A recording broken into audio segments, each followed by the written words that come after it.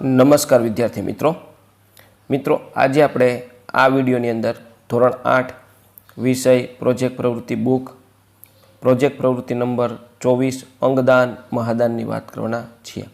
તો આ રીતનું મિત્રો આપણા પ્રોજેક્ટનું સંપૂર્ણ સોલ્યુશન છે। મિત્રો આવા જ સોલ્યુશન મેળવવા માટે આપણી ચેનલને સબસ્ક્રાઈબ કરો અને આ વિડીયો તમારા મિત્રો સાથે શેર કરો। બીજું કે મિત્રો આપણી યુટ્યુબ ચેનલ પર ધોરણ 8ના પ્રોજેક્ટ પ્રવૃત્તિ બુકના બધા પ્રોજેક્ટના સોલ્યુશન તેમજ સ્વઅધ્યયન પોથીના બધા વિષયના સોલ્યુશન મૂકેલા છે, જે તમને મારી યુટ્યુબ ચેનલના પ્લેલિસ્ટમાંથી મળી જશે। તો મિત્રો શરૂ કરીએ ધોરણ 8 વિષય પ્રોજેક્ટ પ્રવૃત્તિ બુક પ્રોજેક્ટ પ્રવૃત્તિ નંબર 24 અંગદાન મહાદાનની વાત કરવાના છીએ। તો અહીંયા માણસના મૃત્યુ પછી તે શરીરને અગ્નિદાહ આપવામાં આવે છે અથવા તેને જમીનમાં દફનાવવામાં આવે છે। આમ દરેક વ્યક્તિના અંતિમ સંસ્કાર અલગ અલગ રીત રિવાજ મુજબ કરવામાં આવે છે। હવે તમે ક્યાંક સમાચાર વાંચ્યા હશે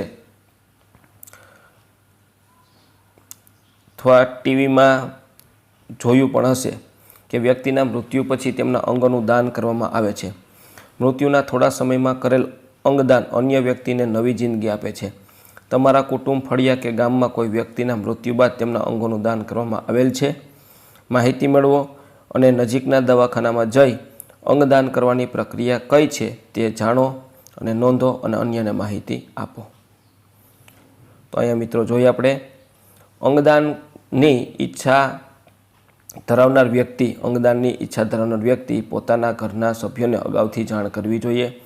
એનું કારણ એ છે કે જ્યારે પણ ભવિષ્યમાં વ્યક્તિનું બ્રેન ડેડ થાય તો તેના અવયવ સરળતાથી મળી શકે, જેનાથી અન્ય દર્દીને લાભ મળે। વ્યક્તિએ પોતાના સૌથી નજીકના કુટુંબીજનને અગત્યના ફોર્મ દસ્તાવેજ સહી કરવાની હોય છે, જેથી કોઈ સંજોગોમાં અકસ્માતે મગજને ઈજા પહોંચે અને તમે બ્રેન ડેડ થાવ તો તમારો સંકલ્પ પ્રમાણે અંગદાનમાં લઈ શકાય છે।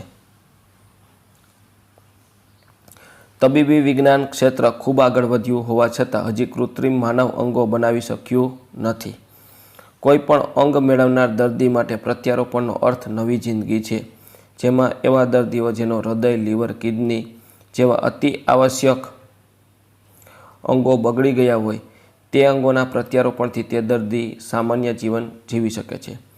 વિશ્વમાં અમેરિકા અને ચીન પછી અંગદાનમાં ભારત ત્રીજા સ્થાને છે, જ્યારે WHO મુજબ ભારતમાં 0.01% લોકો જ અંગદાન કરે છે, જે ભારતની જરૂરિયાત સામે ખૂબ જ ઓછું છે।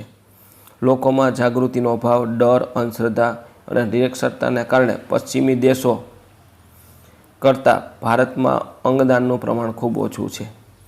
હાથી જીવતો લાખનો અને મર્યા પછી 1.25 લાખનો આ કહેવત હાથીના કિંમતી દાંતને કારણે પડી હોવાનું છે, પરંતુ માણસ તો હાથી કરતાં અનેક અમૂલ્ય અંગો ધરાવે છે।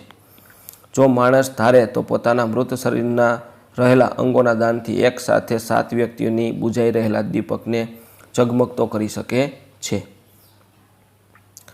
આજે તબીબી વિજ્ઞાન ક્ષેત્ર ખૂબ આગળ વધ્યું છતાં કૃત્રિમ માનવ અંગો બનાવી શક્યું નથી। કોઈ પણ અંગ મેળવનાર દર્દી માટે પ્રત્યારોપણનો અર્થ નવી જિંદગી છે, જેમાં એવા દર્દીઓ કે જેના હૃદય, લીવર, કિડની અત્યાવશ્યક અંગો બગડી ગયા હોય તે અંગોના પ્રત્યારોપણથી દર્દી સામાન્ય જીવન જીવી શકે છે। તો આ તો મિત્રો આપણું ધોરણ 8ના પ્રોજેક્ટ પ્રવૃત્તિ બુકના પ્રોજેક્ટનું સંપૂર્ણ સોલ્યુશન જોયું। મિત્રો આવા જ સોલ્યુશન માટે આપણી ચેનલને સબસ્ક્રાઈબ કરો અને આ વિડીયો તમારા મિત્રો સાથે શેર કરો। બીજું કે મિત્રો આપણી યુટ્યુબ ચેનલ પર ધોરણ 8ના પ્રોજેક્ટ પ્રવૃત્તિ બુકના બધા પ્રોજેક્ટના સોલ્યુશન તેમજ સ્વઅધ્યયન પોથીના બધા વિષયના સોલ્યુશન મૂકેલા છે, જે તમને મારી યુટ્યુબ ચેનલના પ્લેલિસ્ટમાંથી મળી જશે।